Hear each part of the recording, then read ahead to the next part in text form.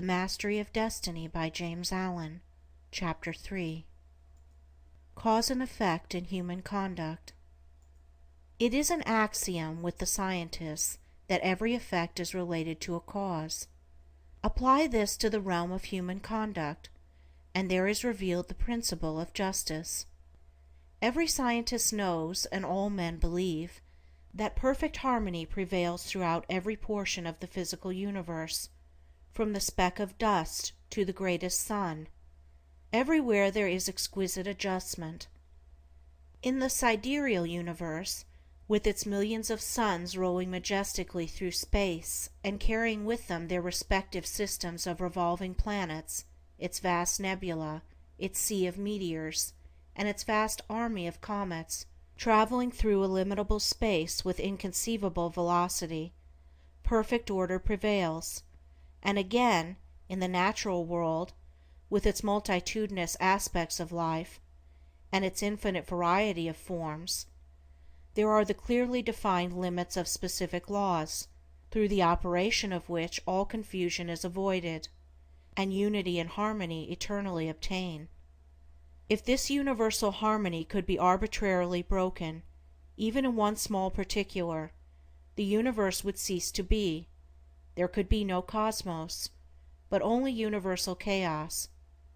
Nor can it be possible in such a universe of law that there should exist any personal power which is above, outside, and superior to such law in the sense that it can defy it, or set it aside, for whatsoever beings exist, whether they be men or gods, they exist by virtue of such law, and the highest, best, and wisest among all beings would manifest his greater wisdom by his complete obedience to that law which is wiser than wisdom, and than which nothing more perfect could be devised.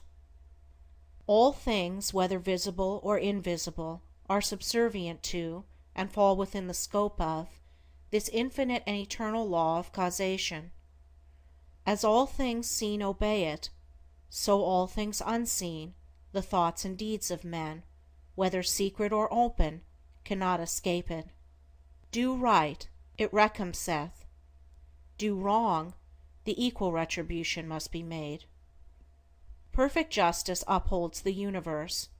Perfect justice regulates human life and conduct.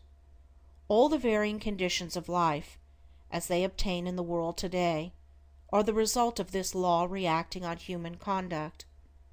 Man can, and does, choose what causes he shall set in operation, but he cannot change the nature of effects. He can decide what thoughts he shall think, and what deeds he shall do, but he has no power over the results of those thoughts and deeds. These are regulated by the overruling law. Man has all power to act, but his power ends with the act committed. The result of the act cannot be altered, annulled, or escaped. It is irrevocable. Evil thoughts and deeds produce conditions of suffering. Good thoughts and deeds determine conditions of blessedness. Thus man's power is limited to, and his blessedness or misery is determined by, his own conduct. To know this truth renders life simple, plain, and unmistakable. All the crooked paths are straightened out, the heights of wisdom are revealed, and the open door to salvation from evil and suffering is perceived and entered. Life may be likened to a sum in arithmetic. It is bewilderingly difficult and complex to the pupil who has not yet grasped the key to its correct solution, but once this is perceived and laid hold of, it becomes as astonishingly simple as it was formerly profoundly perplexing. Some idea of this relative simplicity and complexity of life may be grasped by fully recognizing and realizing the fact that, while there are scores, and perhaps hundreds of ways in which a sum may be done wrong, there is only one way by which it can be done right, and that when that right way is found, the pupil knows it to be the right, his perplexity vanishes, and he knows that he has mastered the problem. It is true that the pupil, while doing his sum incorrectly, may, and frequently does, think he has done it correctly, but he is not sure. his perplexity is still there, and if he is an earnest and apt pupil, he will recognize his own error when it is pointed out by the teacher. So in life, men may think they are living rightly, while they are continuing, through ignorance, to live wrongly.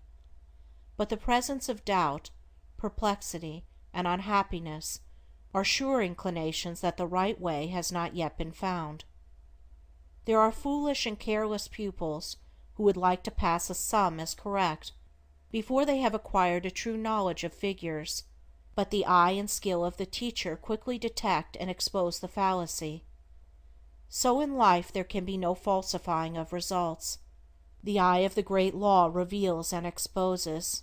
Twice 5 will make 10 to all eternity, and no amount of ignorance, stupidity, or delusion can bring the result up to 11.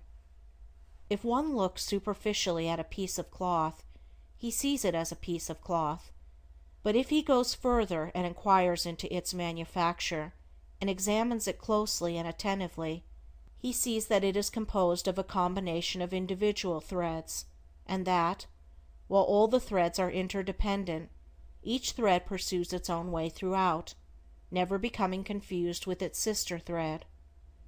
It is this entire absence of confusion between the particular threads which constitutes the finished work a piece of cloth. Any inharmonious commingling of the thread would result in a bundle of waste or a useless rag. Life is like a piece of cloth, and the threads of which it is composed are individual lives. The threads, while being interdependent, are not confounded one with the other. Each follows its own course. Each individual suffers and enjoys the consequences of his own deeds, and not the deeds of another. The course of each is simple and definite, the whole forming a complicated, yet harmonious, combination of sequences. There are action and reaction, deed and consequence, cause and effect, and the counterbalancing reaction, consequence, and effect is always in exact ratio with the initiatory impulse. A durable and satisfactory piece of cloth cannot be made from shoddy material, and the threads of selfish thoughts and bad deeds will not produce a useful and beautiful life, a life that will wear well and bear close inspection. Each man makes or mars his own life. It is not made or marred by his neighbor, or by anything external to himself. Each thought he thinks, each deed he does, is another thread, shoddy or genuine, woven into the garment of his life, and as he makes the garment, so he must wear it. He is not responsible for his neighbor's deeds. He is not the custodian of his neighbor's actions. He is responsible only for his own deeds. He is the custodian of his own actions. The problem of evil subsists in a man's own evil deeds, and it is solved when those deeds are purified. Says Rousseau, "Man, seek no longer the origin of evil. Thou thyself art its origin." Effect can never be divorced from cause. It can never be of a different nature from cause. Emerson says, "Justice is not postponed. A perfect equity adjusts the balance in all parts of life." And there is a profound sense in which cause and effect are simultaneous, and form one perfect whole. Thus upon the instant that a man thinks, say a cruel thought, or does a cruel deed, that same instant he has injured his own mind. He is not the same man he was the previous instant. He is a little viler and a little more unhappy, and a number of such successive thoughts and deeds would produce a cruel and wretched man. The same thing applies to the contrary, the thinking of a kind thought, or doing a kind deed. An immediate nobility and happiness attend it. The man is better than he was before, and a number of such deeds would produce a great and blissful soul. Thus individual human conduct determines, by the faultless law of cause and effect, individual merit or demerit, individual greatness or meanness, individual happiness or wretchedness. What a man thinks, that he does. What he does, that he is. If he is perplexed, unhappy, restless, or wretched, let him look to himself, for there and nowhere else is the source of all his trouble. End of chapter 3.